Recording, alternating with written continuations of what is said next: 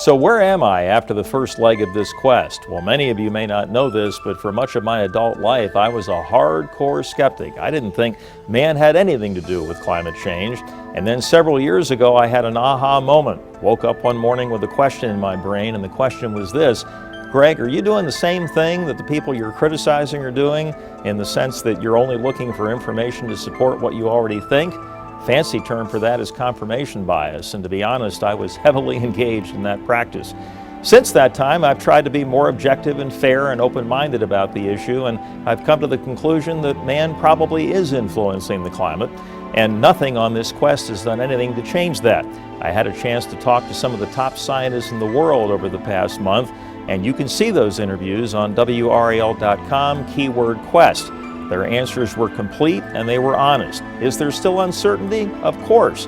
But just because we don't know everything doesn't mean we don't know anything. However, I was struck by the comments of Dr. John Christie and longtime Barrow resident Susan Hope. They both talked about the fact that standard of living is tied to the cost of energy, and that the abandonment of fossil fuels could stand in the way of progress for developing countries and perhaps even parts of rural Alaska. Well, I would never want to see that happen. Quite frankly, I don't think it has to happen. We have the smarts in this country to make sure that it doesn't happen. All we need to do is stop the name calling and decide to work together for the common good. And my final thought tonight: for people of faith, science is a gift. Embrace it.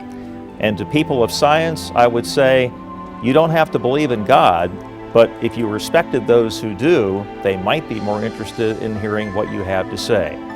Well, thanks so much for coming along on this quest with me. It isn't over by a long shot. We're going to keep looking at this, and we hope you will too.